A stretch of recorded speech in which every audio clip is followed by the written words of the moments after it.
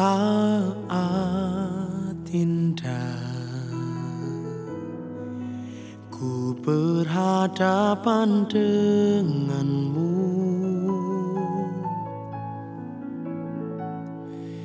memandang wajahmu, Yesus kekasih jiwaku.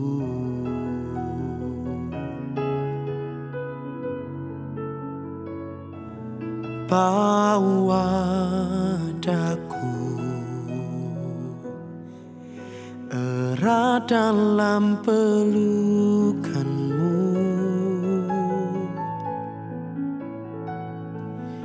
menikmati kasih dan indahnya hadiratmu.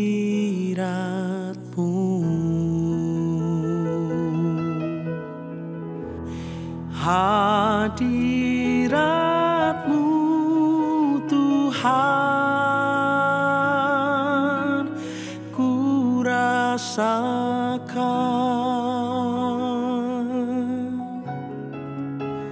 kekudusan-Mu Bapa penuhiku.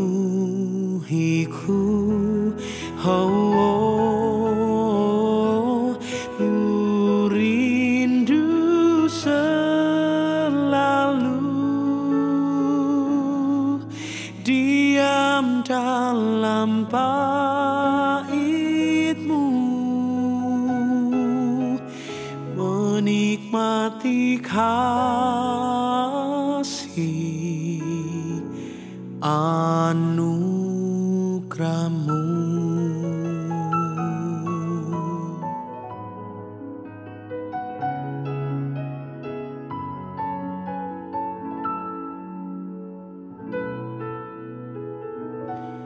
Saat indah ku berhadapan denganmu,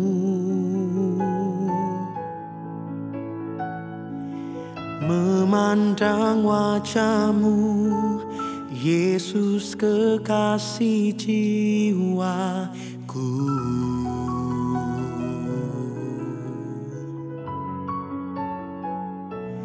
Bawa daku erat dalam pelukan-Mu,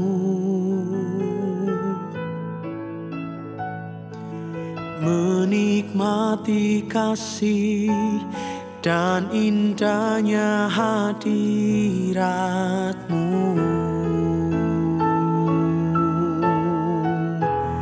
Hadirat-Mu Tuhan ku rasakan,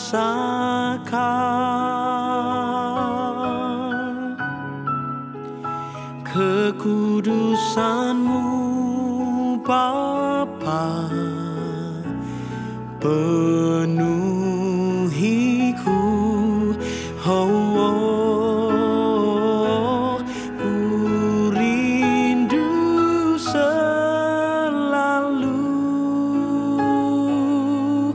Diam dalam bait-Mu, menikmati kasih anugerah-Mu. Hadirat-Mu Tuhan rasakan,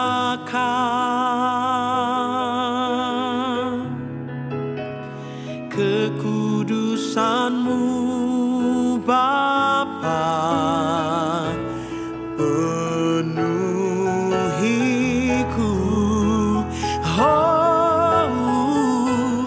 Ku rindu selalu diam dalam bait-Mu, menikmati kasih anugerahmu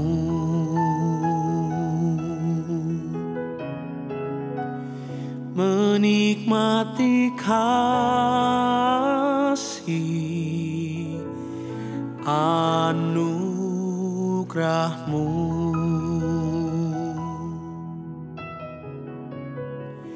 menikmati kasih anugerahmu.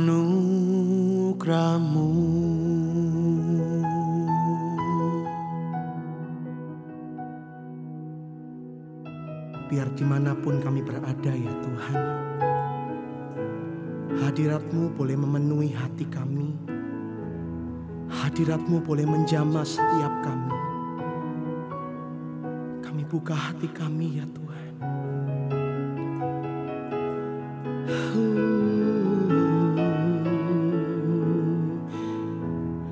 Hadirat-Mu Tuhan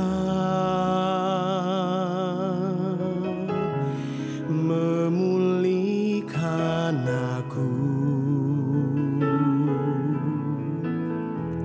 Hadirat-Mu Tuhan, oh, memenuhi aku.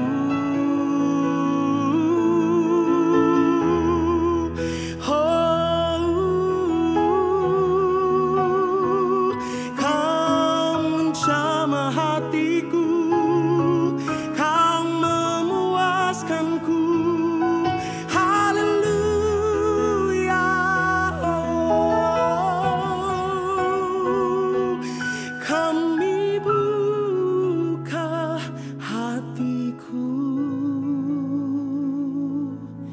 Haleluya.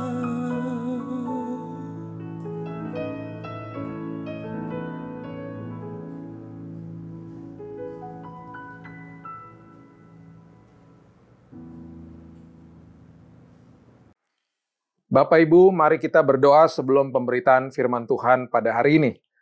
Tuhan, kami mengucap syukur buat hari yang dahsyat, hari yang hebat. Engkau luar biasa menjadikan kami luar biasa. Kami bersuka cita di dalam Tuhan. Kami punya damai karena Yesus. Dan kami menatap masa depan kami penuh pengharapan karena kami tahu kami ada di dalam Tuhan Yesus Kristus. Ada di dalam kuasa kebangkitan itu sendiri. Terima kasih Tuhan, kami sambut firman kehidupan di dalam satu nama, Yesus Kristus, nama yang begitu indah. Kami berdoa dan mengucap syukur. Amin. Shalom, selamat pagi jemaat GSKI, Betani Nginden, Manyar, Sukomanunggal, Citraland, dan seluruh cabang di Surabaya dan sekitarnya. Selamat hari Minggu, tanggal 9 Agustus ini. Di bulan Agustus ini khususnya adalah bulan yang sangat-sangat spesial bagi saya, karena baru beberapa hari lalu kami merayakan ulang tahun daripada istri saya yang ke-50. Wow, 50 ya.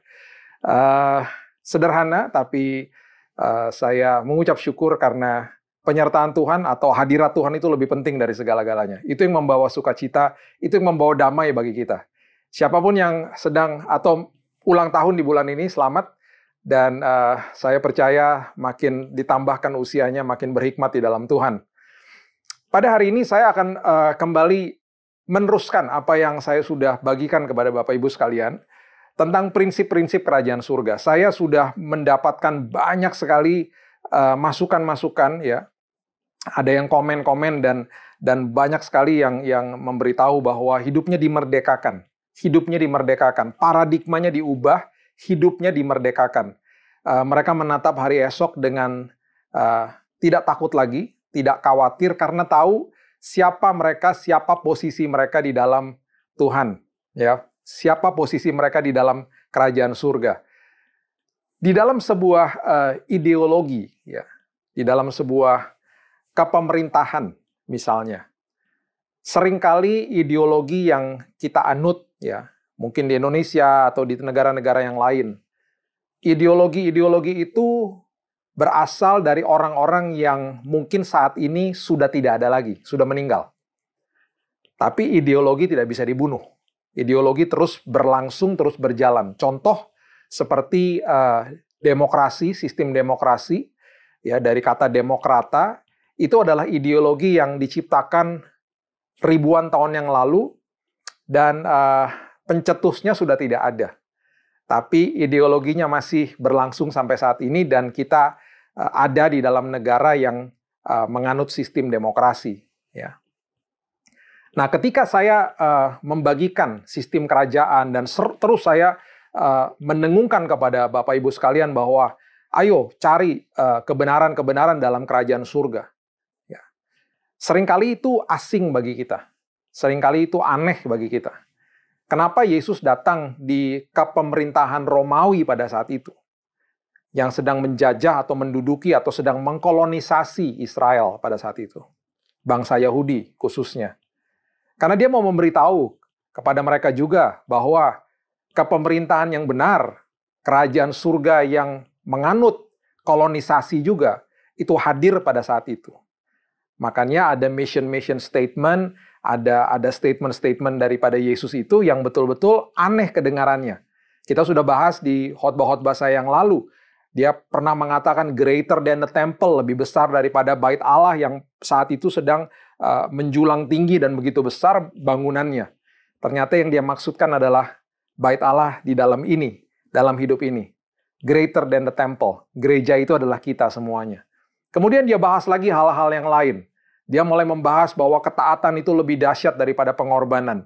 Sistem-sistem hukum Taurat, sistem-sistem agamawi pada saat itu dimentahkan sama dia. Mission statement-nya, hal-hal yang dia mulai lakukan, banyak sekali yang membingungkan orang pada saat itu. Dan kemudian dia banyak sekali menentang orang-orang yang justru dalam tanda kutip agamawi pada saat itu. Bapak Ibu, saya mau memberitahu ini kepada kita semuanya pada hari ini, supaya kita merdeka. Saya percaya di ujung daripada khotbah ini, kita makin mengerti, makin tajam lagi tentang apa sih yang Yesus mau bawa dalam hidup kita masing-masing. Ya. Yohanes pasal yang pertama, ayat yang keempat, mengatakan dalam dia ada hidup, dan hidup itu adalah terang manusia. Hidup itu adalah terang manusia. Ya, di dalam dia ada kehidupan. Ya, Yesus kemudian menjelma menjadi manusia. Ya, kemudian menjadi manusia, firman jadi manusia. Ideologi itu jadi manusia. Dan manusia ini yang mengabarkan yang kemudian melakukan prinsip kolonisasi pertama kali di muka bumi ini. Di dalam sistem kerajaan surga kita sudah belajar berkali-kali, kerajaan itu selalu mau ekspansi. Salah satu nilai kehebatan daripada kerajaan adalah ekspansi. Nah, kita mengenal kata yang namanya kolonisasi. Kolonisasi artinya menularkan budaya kerajaan pusat dimanapun tentara atau warga atau siapapun yang dikirim. Kalau di dalam dunia ini. Nah, di dalam kerajaan surga, kita sebagai warga kerajaan surga dikirim ke muka bumi untuk mengkolonisasi. Menularkan budaya kerajaan surga dimanapun kita berada. Bagaimana kita tahu kita berhasil menularkan budaya kerajaan surga? Lihat sekeliling kita. Apakah mulai terjangkit dengan budaya-budaya kerajaan surga? Apakah orang-orang yang tinggal dengan kita satu rumah merasa aman dan nyaman karena kita menularkan budaya kerajaan surga, atau mereka justru gak suka tinggal sama kita? Itu bisa dilihat dari buahnya, ya. Jadi saya percaya kalau kita makin mengerti, kita akan memberikan rasa aman dan nyaman kepada siapapun di sekitar kita. Ignorance atau ketidaktahuan tentang hal ini. Ignorance itu dalam bahasa Hebrew-nya, kalau ditarik dalam bahasa Inggrisnya, darkness. Gelap. Banyak orang ketakutan karena ketidaktahuan tentang prinsip ini. Ya, makin kita mengerti, makin kita dimerdekakan. Yang lalu kita sudah membahas tentang akses. Ya, akses. Bagaimana anak yang terhilang itu melepaskan haknya daripada bapaknya, hak akses itu, dan kemudian memilih untuk menjadi kepemilikan. Dan akhirnya di dalam kepemilikan banyak sekali terjadi kekurangan, terjadi komplain, terjadi ketidakcukupan, dan lain sebagainya. Ya, ikuti lagi khotbah itu, supaya makin mengerti, makin tajam. Ya. Yohanes 1 ayat 14, firman itu telah menjadi manusia, dan diam di antara kita. Dan kita telah melihat kemuliaannya, yaitu kemuliaan yang diberikan kepadanya sebagai anak tunggal Bapa, penuh kasih karunia dan kebenaran. Penuh kasih karunia dan kebenaran. Ya. Firman jadi manusia. Nah, Saya akan mulai dengan ini. Saya akan berikan dasar-dasarnya kepada Bapak Ibu supaya makin mengerti, makin tajam. Ya. Sebuah obat ketika diberikan kepada pasien, dari obat itu kita harusnya mengetahui bahwa pasien itu sakit apa. Obat itu menentukan sakit daripada pasiennya. Obat itu menentukan kebutuhan daripada pasien tersebut. Ya. Nah, di dalam Yesaya pasal yang ke-9 ayat yang ke-6, coba kita baca bersama-sama. Ya, Yesaya pasal yang ke-9 ayat yang ke-6. Sebab seorang anak telah lahir untuk kita, seorang putera telah diberikan untuk kita, lambang pemerintahan, haleluya, lambang pemerintahan ada di atas bahunya, dan namanya disebutkan orang penasehat ajaib, Allah yang perkasa, Bapa yang kekal, Raja damai. Anak lahir, Yesus yang lahir, yang dinubuatkan di kitab Yesaya ini, membawa sebuah lambang pemerintahan, the government. Dan di dalam bahasa Inggris dikatakan the government that has no end. Kepemerintahan yang tidak akan ada akhirnya. Semua kepemerintahan yang ada di muka bumi ini pasti nanti ada akhirnya. Dan seringkali bahkan beberapa ideologi sudah diubah menjadi ideologi yang lain lagi. Tapi yang saya katakan dari awal tadi, ideologi kerajaan yang dibawa oleh Yesus tidak pernah akan berkesudahan. Karena apa? Karena itu adalah dasar daripada kehidupan. Saya ulang, perhatikan kata-kata ini dan catat kata-kata ini. Ideologi daripada prinsip kerajaan adalah dasar daripada kehidupan. Miliaran orang sekarang berusaha mencari jalan pulang. Dan yang sebenarnya mereka cari adalah kekosongan yang sudah ada dalam kehidupan mereka, yaitu kekosongan untuk dipenuhi dengan sistem kerajaan surga. Injil kerajaan surga. Itu yang terhilang. Itu yang dicari. Dan banyak orang yang tidak tahu. Dan ironisnya seperti anak yang sulung. Dia mengatakan, kenapa Bapak engkau tidak pernah memberikan hal-hal yang kau berikan kepada adikku ketika dia pulang? Sampai bapaknya mengatakan, semua yang ada di sini milikmu juga. Seringkali sebagai anak-anak Tuhan, walaupun sudah ikut Yesus bertahun-tahun, kita masih tidak mengerti juga tentang prinsip Injil daripada kerajaan surga. Dan akhirnya apa? Yang terjadi, kita pun hidup di dalam ketakutan. Ketika kita hidup di dalam ketakutan seperti itu, sama saja kita seperti orang-orang dunia. Kita katakan kita anak Tuhan, kita katakan kita beribadah, kita katakan kita punya label orang Kristen. Tapi buktinya, kita tidak mengerti tentang prinsip ini dan akhirnya terus ada kekosongan juga di dalam kehidupan ini. Banyak yang ketakutan, banyak yang sampai betul-betul stres. Harusnya itu tidak harus terjadi kalau kita mengerti tentang siapa saya, posisi saya di dalam Tuhan itu seperti apa. Ya, saya urutin dulu Bapak Ibu ya, dari awal ya. Mungkin ada beberapa pengulangan kalau Bapak Ibu pernah mendengar khotbah-khotbah saya supaya makin tajam lagi ya. Adam jatuh dalam dosa, Hawa jatuh dalam dosa, manusia jatuh dalam dosa. Manusia yang sudah diberikan mandat amanat agung pertama di Kejadian 1 ayat 26 untuk menguasai bumi, untuk mengelola bumi. Ya, tadinya mereka menguasai bumi, dominion, king dominion, menguasai bumi, kehilangan, ya kan? Jatuh dalam dosa. Akhirnya apa? Bumi, dunia menguasai mereka, sistem dunia menguasai mereka. Makanya sampai hari ini banyak orang yang masih terikat sama tembakau. Gak bisa lepas dari rokok. Masih terjebak di dalam dosa alkohol. Ya. Buah-buahan menguasai hidupnya, dia nggak sadar. Itu semuanya adalah elemen-elemen yang ada di dalam dunia. Dikuasai lagi sama apa? Sama uang. Harusnya dia menguasai uang, tapi uang menguasai dia. Akhirnya yang dicari apa? Dikejar, uang dikejar. Kemudian apalagi yang menguasai dia? Pekerjaan menguasai dia. Saya pernah juga khotbahkan tentang itu. Sampai-sampai terjadi apa ketika masuk hari Senin? Stres. Karena pekerjaan menguasai dia. Bos di kantor menguasai dia. Saya nggak katakan saudara berontak dan saudara melakukan yang seenaknya di kantor saudara, di pekerjaan saudara. Bukan. Tapi kalau paradigma kita mengerti bahwa saya kerja buat kerajaan surga, bebas kita, merdeka. Kita masuk di hari Senin atau masuk di pekerjaan kita tidak akan stres. Karena kita tahu Tuhan sedang menempatkan saya di tempat ini di dalam musim ini. Nanti di musim yang akan datang saya nggak tahu dibawa kemana sama Tuhan. Saya ikuti Tuhan terus. Karena saya bertanggung jawab untuk kerajaan surga. Kalaupun saya tidak diperlakukan dengan baik di tempat ini, nggak apa-apa. Saya kerja buat kerajaan surga kok. Nanti promosi datang daripada dia. Ya. Kemudian ada lagi apa? Dosa seks. Manusia menguasai hidup kita kalau kita ada di dalam dosa seks. Pornografi itu berarti manusia lain menguasai kita. Nah, ini semua yang sudah terjadi bertahun-tahun ketika manusia jatuh dalam dosa, ini dimentahkan oleh Yesus. Dimentahkan oleh Yesus.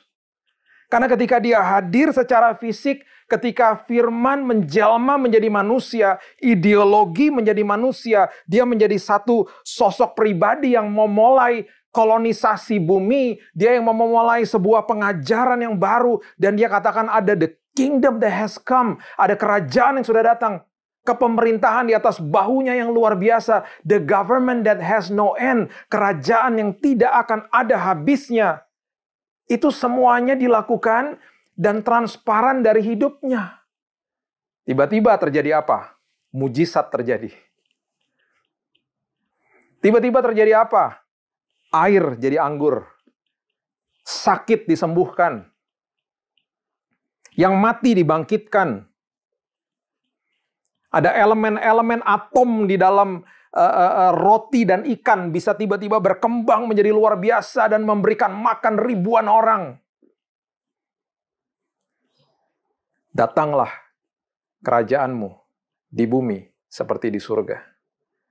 Apa yang terjadi di surga? Mujizat-mujizat seperti itu biasa. Itu biasa. Itu biasa. Tapi ketika dikatakan terjadilah di bumi seperti di surga, perkara besar yang ada di surga terjadi di atas muka bumi ini. Ini yang saya mau ajak kita untuk ke dalam pengertian ini. Makanya kita harus mengerti ketika saya ada di dalam atau menghadapi kesulitan hidup, saya ini warga kerajaan. Saya punya akses. Dan saya tidak mungkin ditinggalkan sama Tuhan. Kenapa? Karena Tuhan yang memilih saya.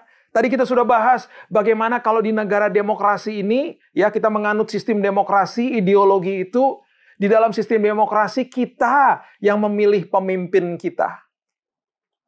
Kita memilih presiden kita. Ada pilkada, ada pilpres, dan lain sebagainya. Di dalam kerajaan, di dalam Injil kerajaan, bukan kita yang pilih Tuhan. Tuhan yang memilih kita.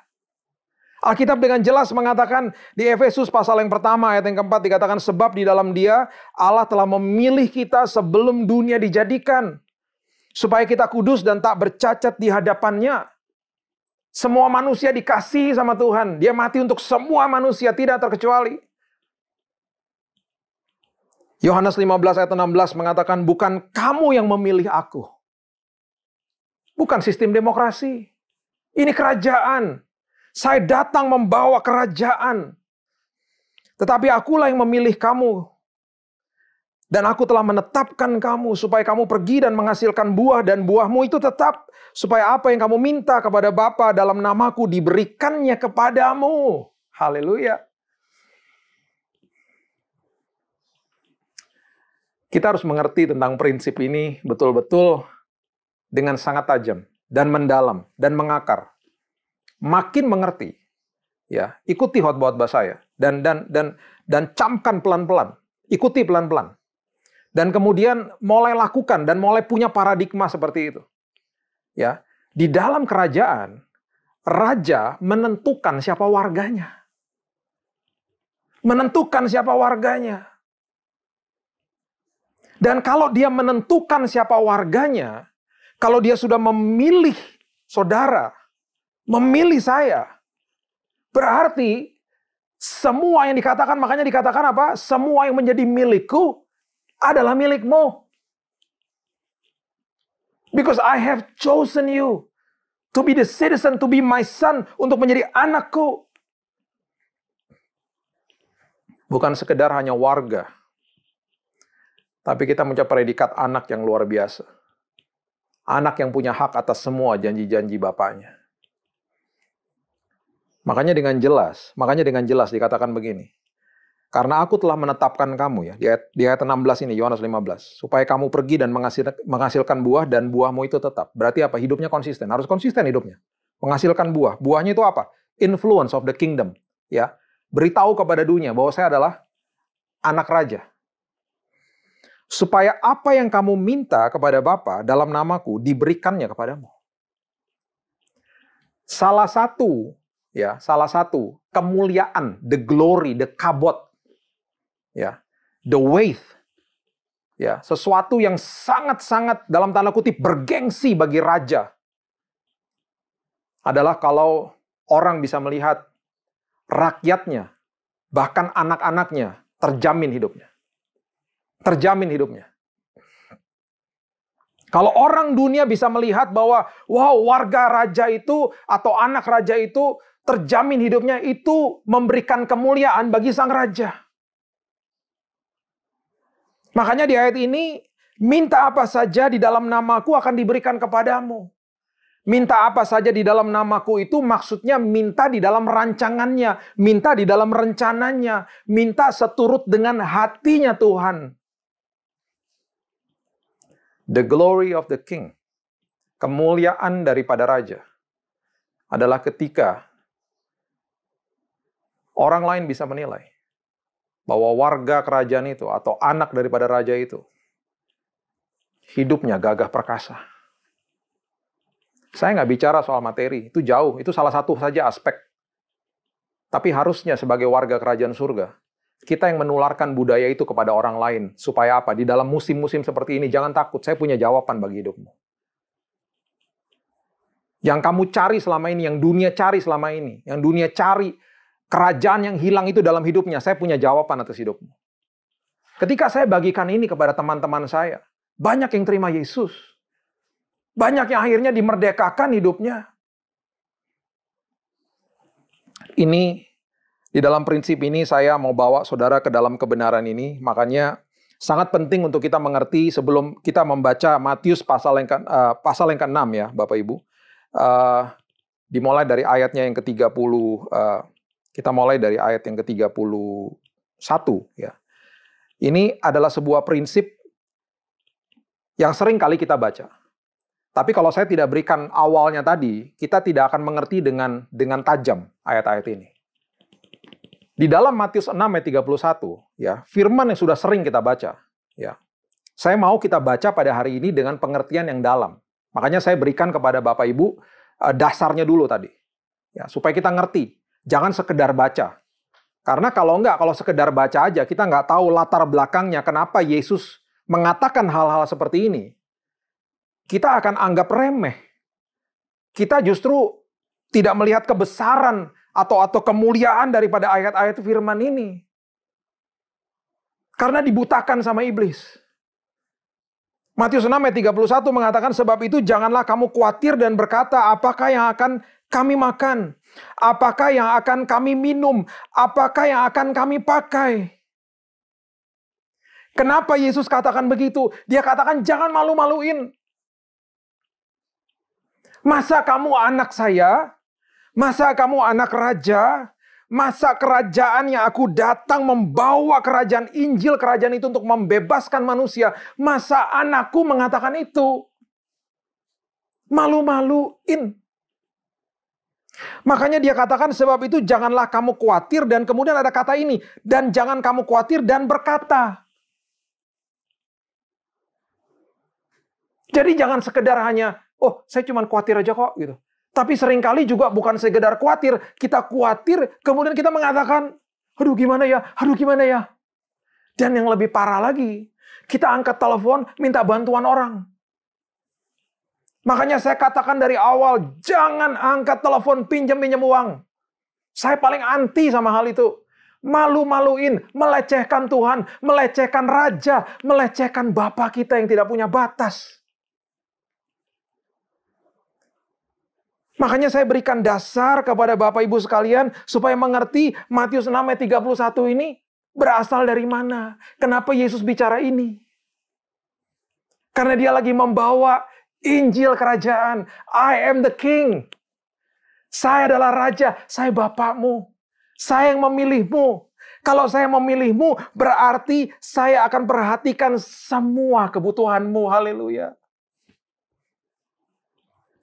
Kalau saya memilih hidupmu, saya memilih hidup keluargamu, saya akan pastikan engkau berkecukupan.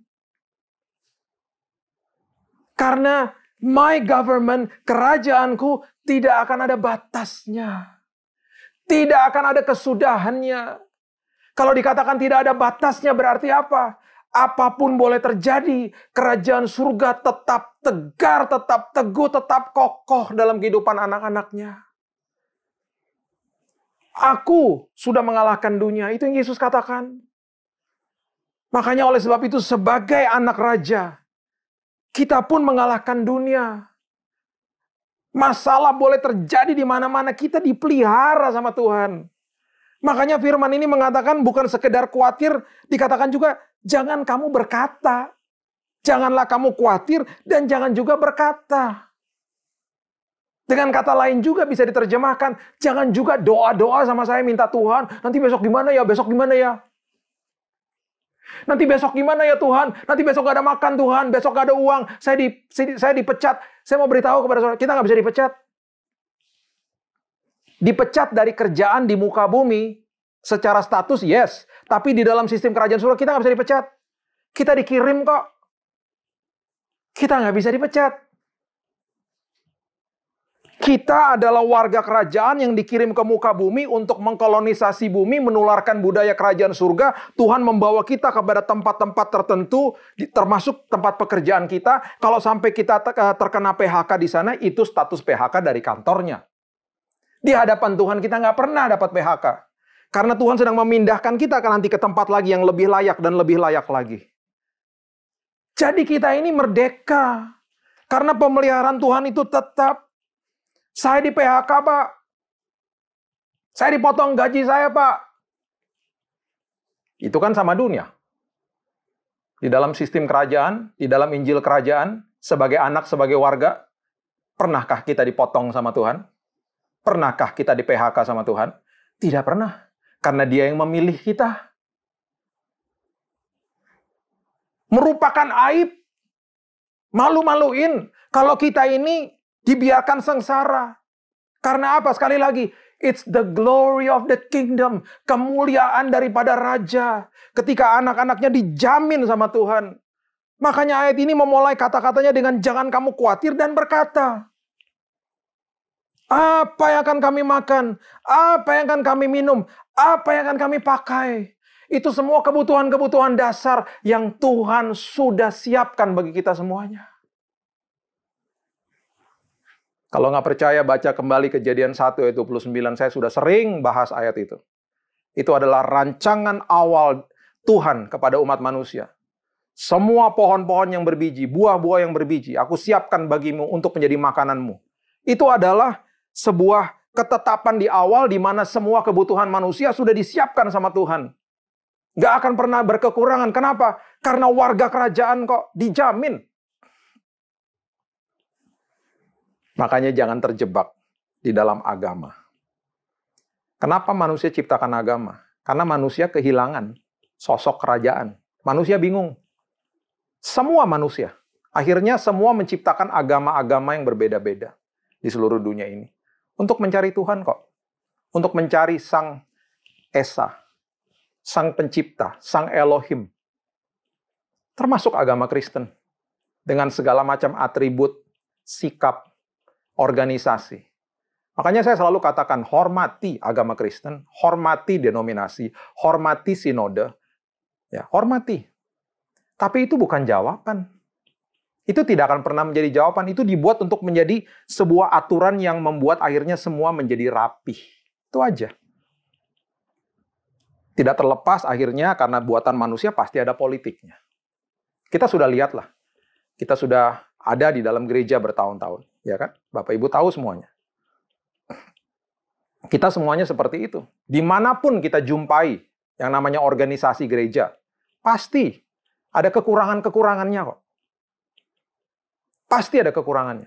Karena itu bukan jawaban atas hidup kita. Jawabannya adalah Yesus. Karena Yesus nggak pernah ciptakan agama. Sekali lagi, hormati agama, hormati sinode, hormati organisasi. Tapi jawabannya Yesus. Jawabannya Injil Kerajaan. Kita mengerti itu, kita beres. Agama, kita disebut anggota. Di dalam kerajaan surga, bukan anggota. Anak. Punya akses penuh. Masa anak mengatakan begini, besok saya mau makan apa ya? Besok saya ada baju nggak? Besok saya ada minum nggak? Makanya ayat ini keluar, Yesus yang mengatakan, karena itu, Bapak Ibu. Ayat 32, semua itu dicari bangsa-bangsa yang tidak mengenal Allah. Jadi kalau sampai kita mengatakan itu, mereka tidak mengenal Allah, tidak mengerti sistem kerajaan. Masa sebagai anak Tuhan, sebagai orang Kristen kita masih khawatir tentang hal-hal seperti itu. Ingat, sama seperti bangsa-bangsa yang tidak mengenal Allah. Sama seperti orang-orang yang tidak mengerti Injil Kerajaan. Akan tetapi Bapamu yang di surga tahu bahwa kamu memerlukan semuanya itu. Bapamu tahu. Rajanya tahu karena rajanya yang memilih kita. Haleluya. Saya suka dengan ayat ini. Saya suka mau nangis kalau baca ayat ini. Tetapi carilah dahulu kerajaan Allah. Carilah dahulu kerajaan Allah. Dan kebenarannya.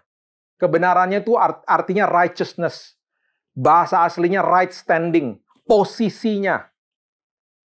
Jadi gini, cari kerajaan, hidup di dalam sistem kerajaan, mengerti tentang kerajaan, kemudian mengerti, saya ini siapa? Right standing saya itu gimana?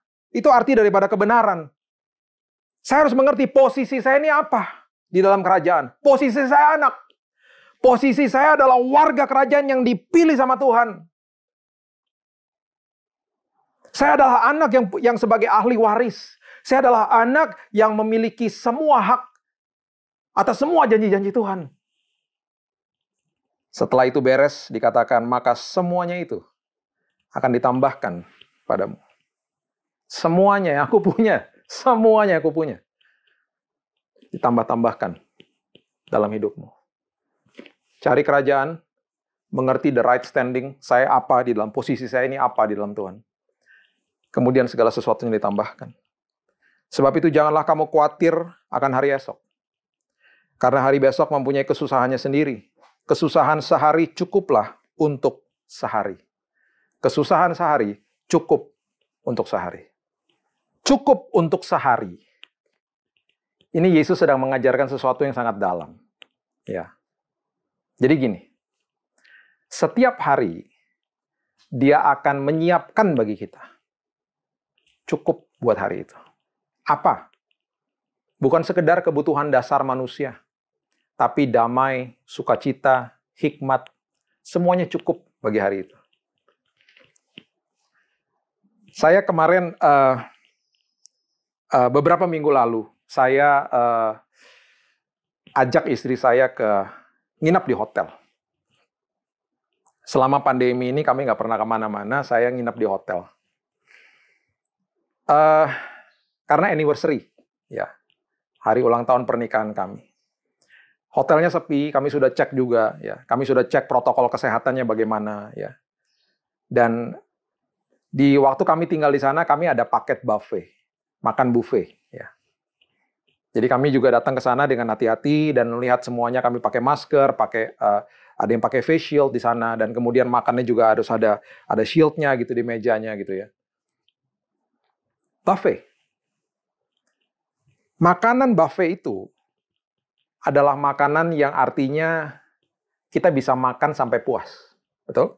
Makan sampai puas. Makan sampai puas. Pada malam hari itu karena hotelnya juga sedang tied up gitu ya. Jadi nggak boleh sampai nanti makanannya tersisa, terbuang dengan sia-sia. Karena mereka juga siapkannya pas-pasan ya. Karena memang tidak begitu banyak tamu yang datang. Jadi waktu kami hadir atau ada di tempat prasmanan itu, ada seorang petugasnya di situ yang kemudian menolong saya. Dia katakan, "Pak, saya saja yang mengambilkan." Dengan kata lain, saya ngambilin buat Bapak, porsinya secukupnya. Kalau Bapak mau lagi, balik lagi. Jadi gini, prinsipnya gini. Boleh makan sepuasnya, tapi jangan sampai tersisa dan terbuang. Boleh makan sepuasnya, tapi cukup buat porsi saya. Itu maksudnya. Jadi hari ini, atau hari esok, yang Tuhan berikan itu cukup. Kelimpahan, yes, tapi cukup. Itu penyertaan Tuhan. Yang begitu agung. Jadi kita nggak dikasih lebih, sampai-sampai nantinya nggak kepake. Atau jadi mubazir. Atau akhirnya membuat kita hidupnya nggak punya iman dan nggak bergantung lagi sama Tuhan. Jadi prinsip akses itu begitu. Prinsip akses itu begitu agung, begitu berhikmat di dalamnya. Ya, yang luar biasa coba lihat. Kita buka bersama-sama di Kejadian pasalnya yang pertama. Kejadian pasal yang kedua, ayat yang ke-16. Coba saudara lihat. Lalu Tuhan Allah memberi perintah ini kepada manusia, semua pohon dalam taman ini boleh kau makan buahnya dengan bebas. Semua pohon. Semuanya. Kenapa? Apa yang disediakan bagi kita itu berkelimpahan, Bapak Ibu. Berkelimpahan. Semuanya boleh. Tuhan sudah siapkan yang terbaik. Tetapi pohon pengetahuan tentang yang baik dan jahat itu janganlah kau makan buahnya, sebab pada hari yang kau memakannya pastilah kau mati. Ayat 17. Hanya satu itu yang tidak boleh. Ketika iblis berusaha untuk menjatuhkan manusia, ya di Kejadian pasal yang ketiga ayat yang pertama, itu dengan jelas di awal dia mulai membalikan abundance atau provision atau supply daripada Tuhan yang luar biasa ini. Dia mulai katakan dengan prinsip ini. Adapun ular ialah yang paling cerdik dari segala binatang di darat yang dijadikan oleh Tuhan Allah. Ular itu berkata kepada perempuan itu, tentulah Allah berfirman, semua pohon dari taman ini jangan kamu makan buahnya, bukan? Semua pohon dalam taman ini jangan kamu makan buahnya, bukan? Dibalik. Yang tadinya Tuhan katakan semua boleh dimakan, cuma satu itu yang tidak boleh. Dibalik. Semua di sini kan nggak boleh. Semuanya kan nggak boleh kamu makan. Twisted. Padahal Tuhan sudah siapkan yang terbaik. Tuhan siapkan yang luar biasa. Ya. Waktu Daud jatuh dalam dosa. Tapi ini jangan diikutin ya. Ya, kita sudah tahu Daud kemudian mencuri istri daripada prajuritnya, ya. Dan kemudian inilah pesan Tuhan lewat nabinya. Ya, 2 Samuel 12 ayat 8. 2 Samuel 12 ayat 8. Dikatakan begini, telah kuberikan isi rumah tuanmu kepadamu dan istri-istri tuanmu ke dalam pangkuanmu. Aku telah memberikan kepadamu kaum Israel dan Yehuda, dan seandainya itu belum cukup, tentu ku tambah lagi ini dan itu kepadamu. Tuhan katakan begitu. Masa nggak cukup sih? Harusnya kalau nggak cukup kamu minta sama saya, tapi jangan berselingkuh sama istri orang. Ini perjanjian lama ya Bapak Ibu. Jadi kalau nggak puas di rumah, jangan minta sama Tuhan istri kedua, istri ketiga, istri keempat, suami kedua, suami ketiga. Jangan. Ini perjanjian lama.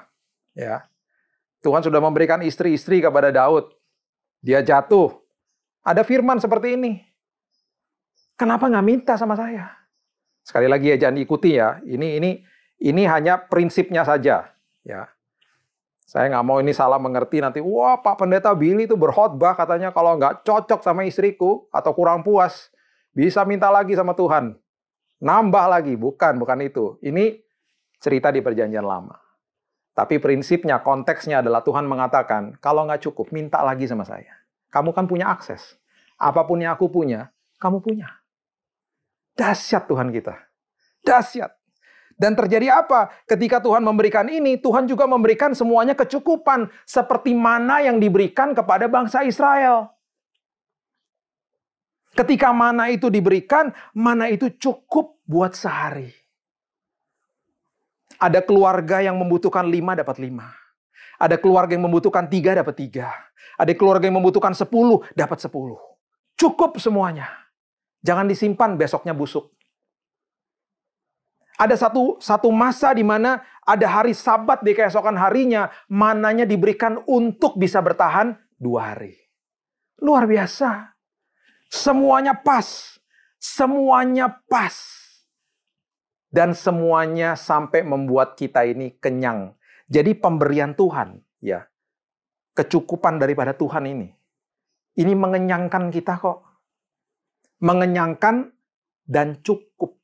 Mengenyangkan dan cukup. Abundance and enough. Exceeding and enough. Pas semuanya. Makanya ayat itu mengatakan itu. Cukuplah kesusahan sehari menjadi kesusahan hari ini.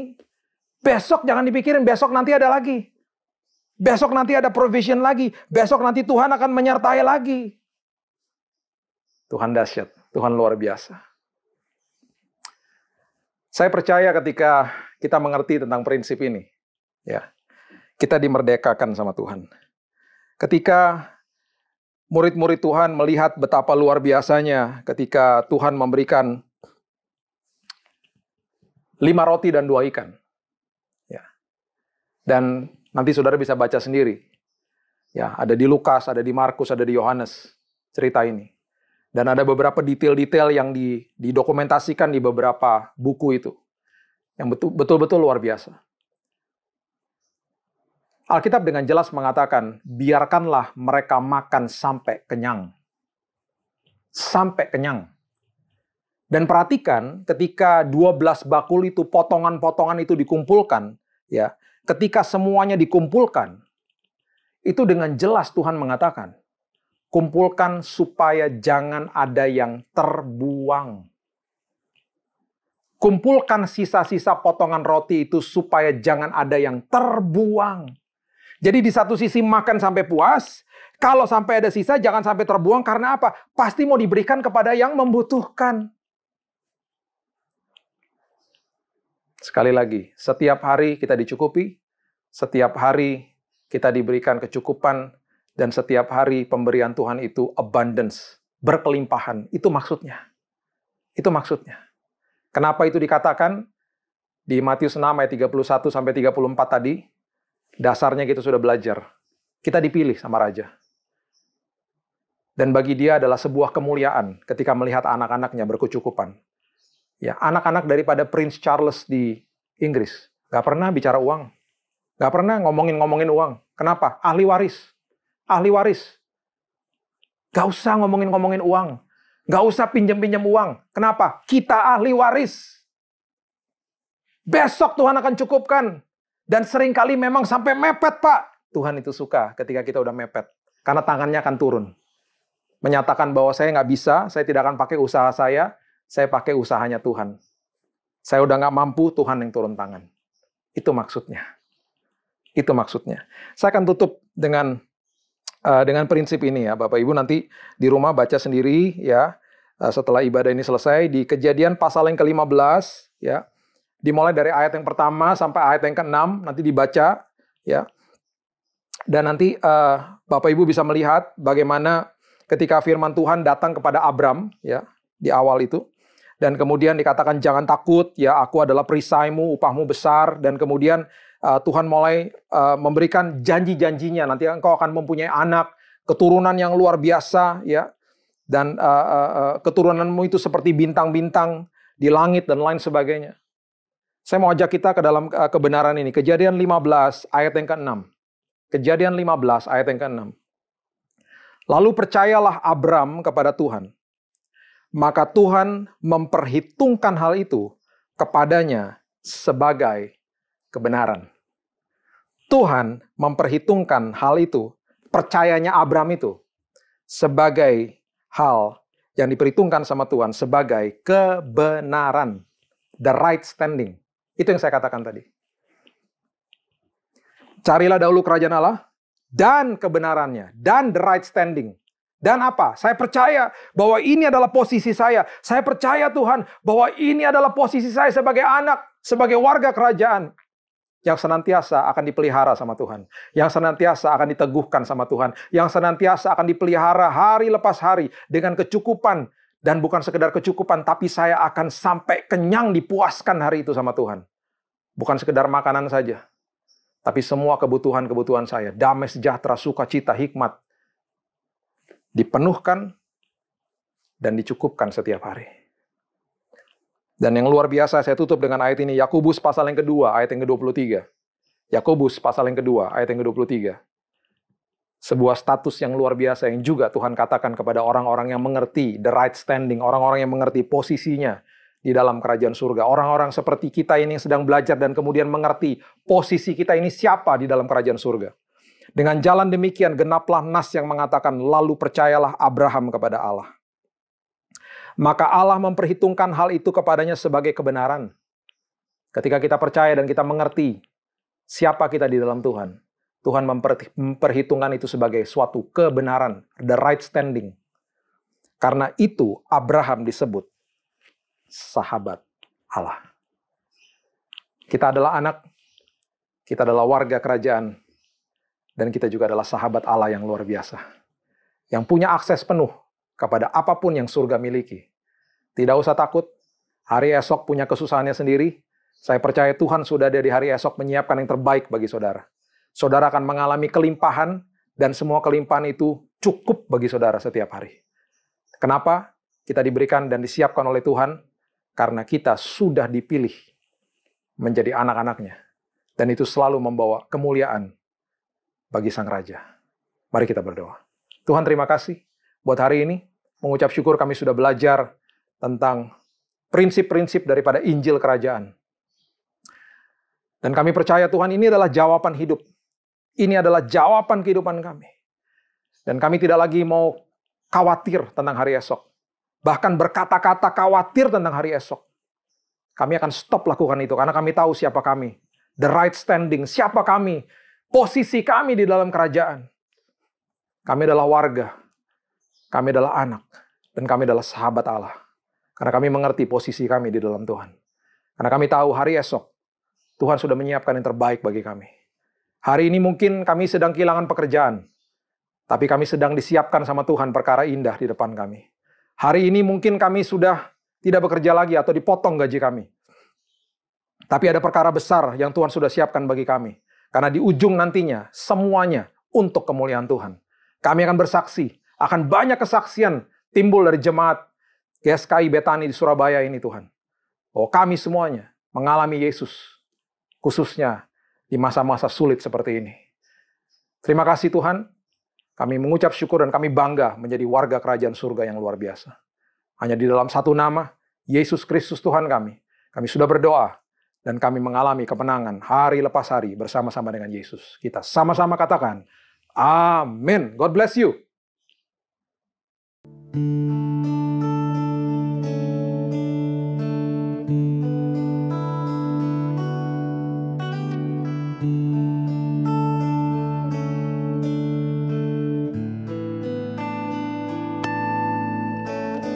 Bila kau rasa gelisah di hatimu, bila kelam kabut tak menentu dirimu, ingat masih ada seorang penolong bagimu. Yesus tak pernah jauh darimu.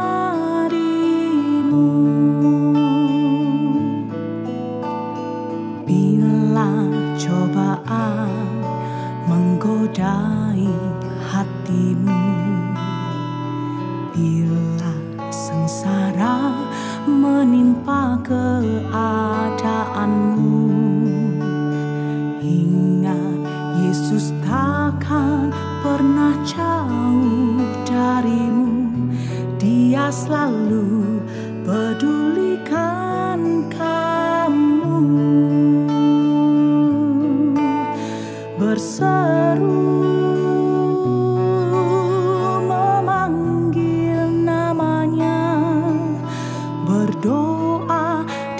segera menghampiri dirimu.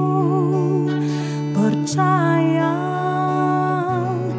Dia tak jauh darimu.